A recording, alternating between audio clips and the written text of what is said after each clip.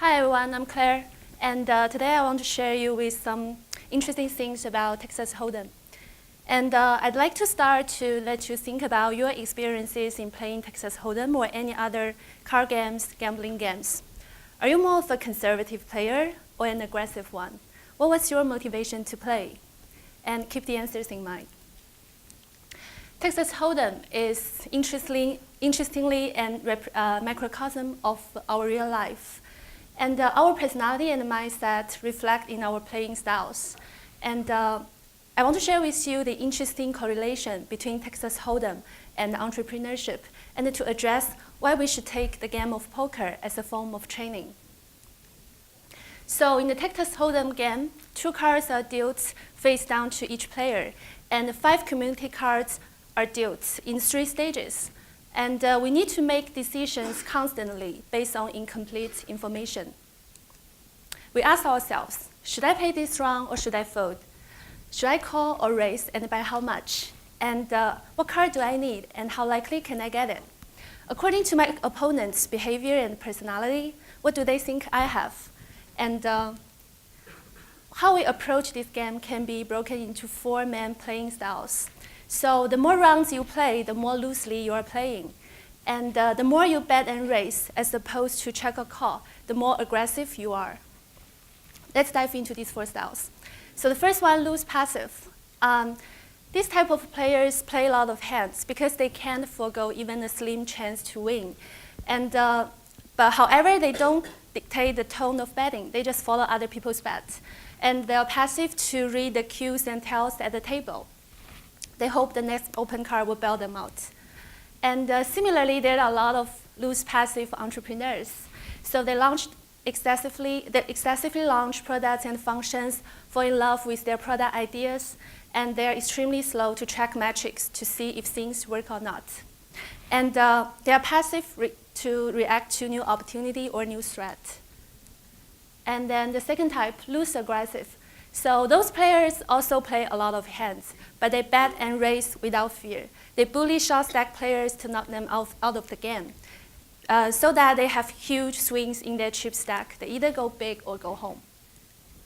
According to startup research report, there are 64% of startups fail because of premature scaling. When the venture capital flows in, it is very hard to resist the temptation of empire building, leaving the existing problems unsolved. The third type, tight passive. So this type of players always wait for the strongest hands to play, and they need great assurance to bet or raise.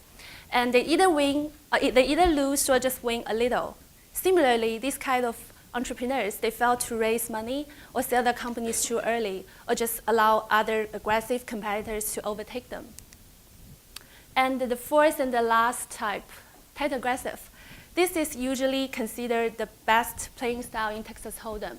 So these type of players, they fold often to preserve their chip stack, and they actively read their opponents and their cards.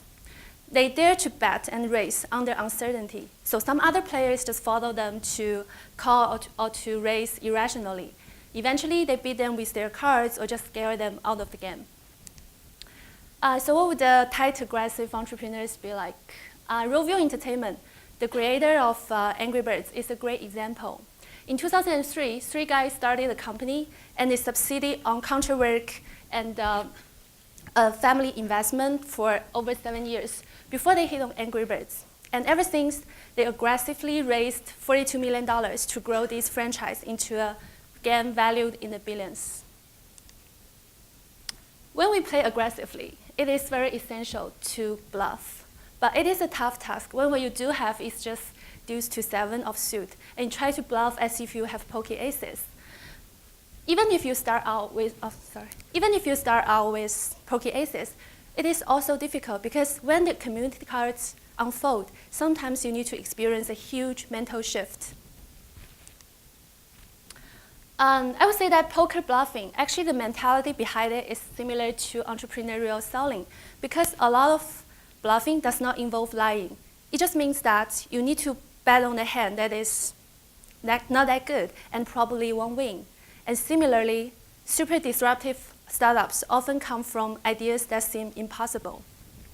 So poker bluffing, the mentality is very similar to entrepreneurial selling. It is hard negotiation. It is to sell the probability you believe.